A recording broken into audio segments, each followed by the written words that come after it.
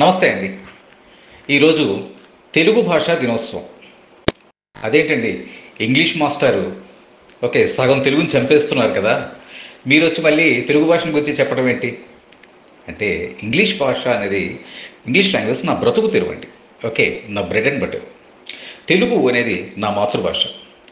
ఏంటి సార్ తెలుగు భాష మీద చెప్తున్నారంటే, ఏదైనా చెప్పాలంటే దానికి ఒక కార్యకారణ సంబంధం అన్నట్లుగా ఏదో ఒకటి ఉంటుంది. లేకపోతే ఎందుకు చెప్తాం?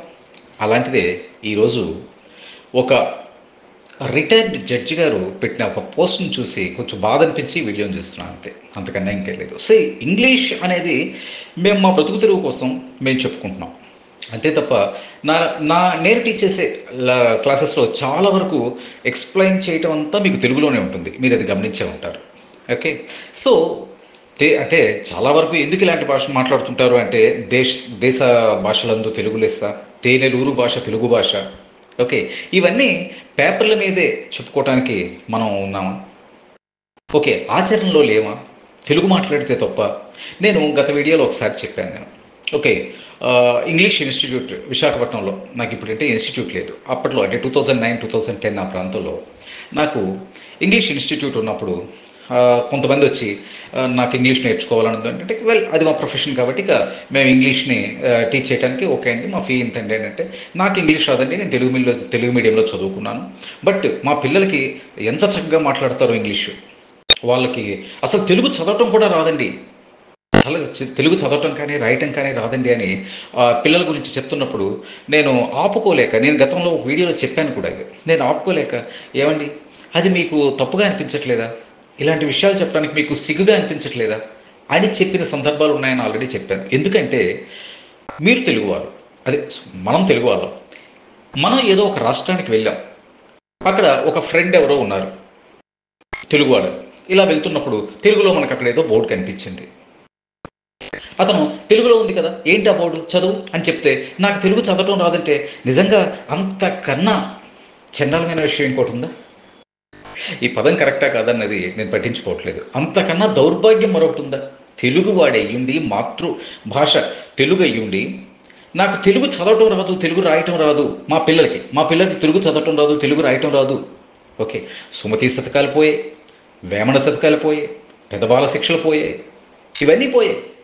నేను 1970లో 73లో పుట్టినందుకు నేను ఒక రకంగా గర్విస్తున్నాను. ఎందుకంటే నేను వేమన పద్యాలు చదివాను, సుమతి శతకాలు చదివాను, పెదబాల శిక్ష చదివాను. ఇప్పటికి కూడా నా దగ్గర పెదబాల శిక్ష ఇవన్నీ ఉన్నాయి. ఓకే. ఎందుకంటే ఈరోజు పిల్లలు వారి బిహేవియర్ పాడైపోతుంది, వాళ్ళు ఇంకోలా పెరుగుతున్నారంటే తప్పు మంది కాదా? ఇవన్నీ మంచినంతటిని మనం నేర్పిస్తున్నామా? లేకపోతే సబ్జెక్ట్ను మాత్రమే చెప్తున్నామా? ఏదో మ్యాథ్స్ అని, సోషల్ సైన్స్ అని చెప్తున్నామా? వేమన పద్యాలు, సుమతి శతకాలు లాంటి నీతి కథలు ఇలాంటివన్నీ చెప్పడం మానేసి చాలా కాలం అయిపోయింది కదా. సరే, ఇదంతా ఎందుకు చెప్పాల్సి వచ్చిందంటే, నేను ఆల్రెడీ చెప్పాను. ఒక పోస్ట్ చూశాను. తెలుగు భాషా దినోత్సవం రోజు అవార్డీస్, నేమ్స్ ఆఫ్ అవార్డీస్ అని మీకు చూడండి, స్క్రీన్ పైన పెట్టాను. ఓకే. ఈ రోజు కూడా కనీసం ఆ పేర్లను కూడా తెలుగులో రాయకుండా అన్నిటినీ ఇంగ్లీష్లోనే రాశారు. తెలుగు భాషా దినోత్సవం, ఓకే, తెలుగు భాష కోసం పాటుపడినటువంటి వాళ్ళ పేర్లు, లేకపోతే వాళ్ళకు అందుతున్నటువంటి అవార్డ్స్ విషయం తెలుగులో రాయకుండా ఇంగ్లీష్లో రాశారు. ఎంత అంటే కొంచెం హాస్యాస్పదంగా లేదా? ఇది ఒక రిటైర్డ్ జడ్జి గారు పెట్టిన పోస్ట్ని చూసి కొంచెం బాధ అనిపించింది. ఆ పేర్లనైనా కనీసం ఇంగ్లీష్లో పెడితే వస్తుంది, తెలుగులో పెడితే ఏమైపోయింది? తెలుగులో పెడితే తప్పైపోయిందా? తెలుగు భాషా దినోత్సవం రోజు కూడా వాళ్ళ పేర్లను, తెలుగు భాష అభివృద్ధి కోసం వాళ్ళు చేస్తున్నటువంటి ప్రయత్నాల గురించి చేస్తున్నటువంటి పేర్లను ఇంగ్లీష్లో టైప్ చేసి పెట్టడం అనేది నిజంగా ఫన్నీ థింగ్ కాదా? ఓకే. మనం కూడా ఇప్పుడు పివి నరసింహారావు గారు ఉన్నారు, మన మాజీ ప్రధానమంత్రి గారు. ఆయన 14 భాషల్లో చక్కగా రాయటం చేసేవారంట, చదవటం చేసేవారంట, ఇవన్నీ చేసేవారంట. సో, మనకి 14 భాషలు అక్కర్లేదు. ఇప్పుడు నేనున్నాను, ఇంగ్లీష్, తెలుగు, ఒక 50% హిందీ కూడా మాట్లాడతాను. ఓకే. అంటే నా హిందీ కొంచెం అంత బాగుండదు, బట్ మేనేజబుల్ హిందీ. సో, ఈ భాషల్ని మాట్లాడుతుంటా. నాకు నిజంగా ఇంగ్లీష్ టీచర్నండి. ఇంగ్లీష్ నేను టీచ్ చేస్తుంటాను. 300+ వీడియోస్ మన ఛానల్స్లో పెట్టాను. ఈ వీడియోస్ చెప్తున్నప్పుడు మీరు గమనించే ఉంటారు, నేను ఎక్కువగా తెలుగులో ఎక్స్ప్లెయిన్ చేస్తూ ఉంటాను ఒకటి. రెండవది, తెలుగులో ఇంగ్లీష్లో చెప్తుంటాను. నిజంగా అవసరమైన చోట అవసరమైన సందర్భంలో మాత్రమే నేను ఇంగ్లీష్ మాట్లాడుతుంటాను. ఈ విషయం మీకు నేను ఆల్రెడీ చెప్పాను. సాధ్యమైనంత వరకు తెలుగులోనే మాట్లాడుతుంటాను. ఇంగ్లీష్ నవల్స్ చదువుతాను, తెలుగు నవల్స్ చదువుతాను. ఓకే, కాశీ మజిలీ కథలు, ప్రజెంట్ కాశీ మజిలీ కథలు చదువుతున్నాను. అంటే తెలుగు భాషని మనం ఏదో నాశనం చేయకూడదు. ఇదిగో సుమతి శతకాలు పోయాయి, ఇదిగో వేమన పద్యాలు పోయాయి.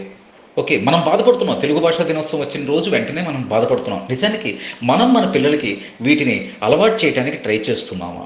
అట్లీస్ట్ ఒక పద్యం నేర్పించడానికో, కొంతమంది ఉన్నారులేండి ఇప్పటికి కూడా, పద్యం నేర్పించడానికో, ఒక శతకం నేర్పించడానికో, రామాయణ మహాభారతాలను తెలుగులో చదివించడానికో, లేకపోతే కాశీ మజిలీ చందమామ కథలు.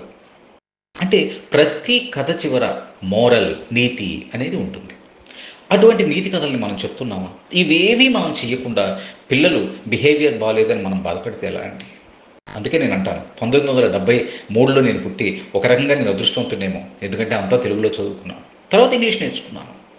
సో మాతృభాషను మరిచిపోయి మాతృభాషను నాకు రాదు అని చెప్పటం, లేదా మా పిల్లలకు రాదు అని చెప్పటం నిజంగా చాలా అవమానకరం అండి.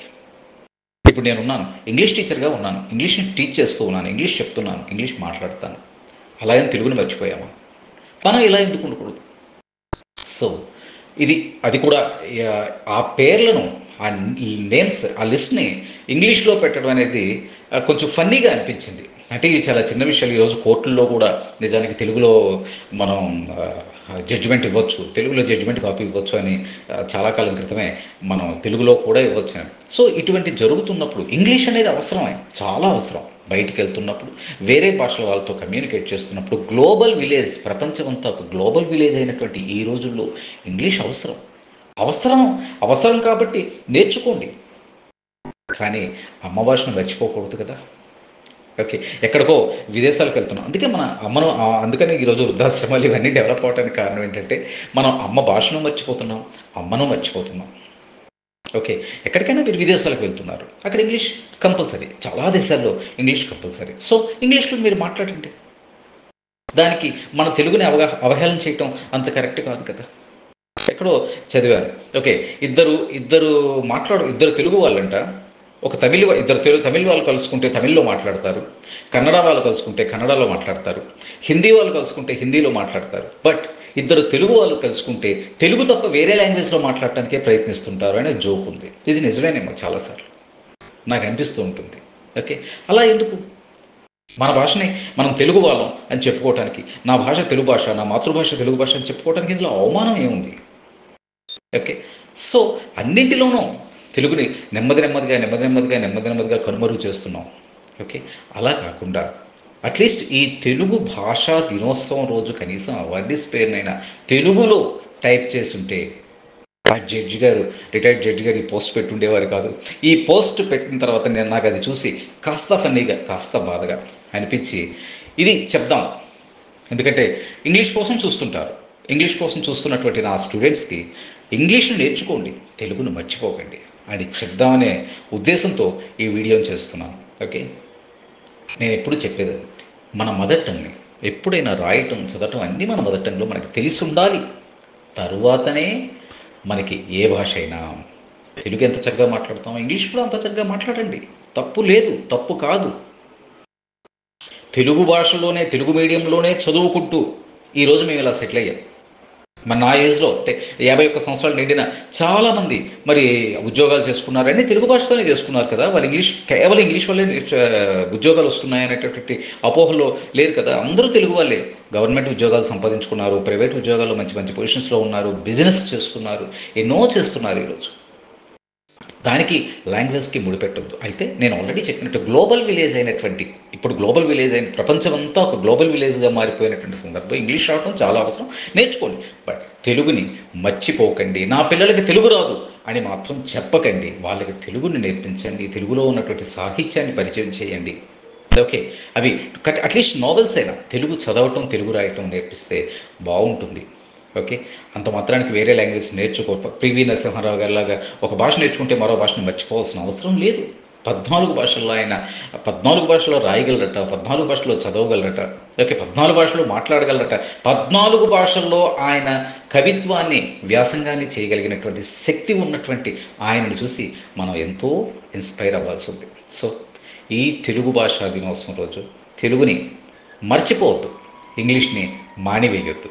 ఓకే, ఎందుకంటే నా ప్రొఫెషన్ కాబట్టి అది నేను చెప్పక తప్పదు. సో మీకు అందరికీ నేను తెలుగు భాషని మర్చిపోవద్దని మీ అందరికీ మరోసారి చెప్తూ నమస్తే.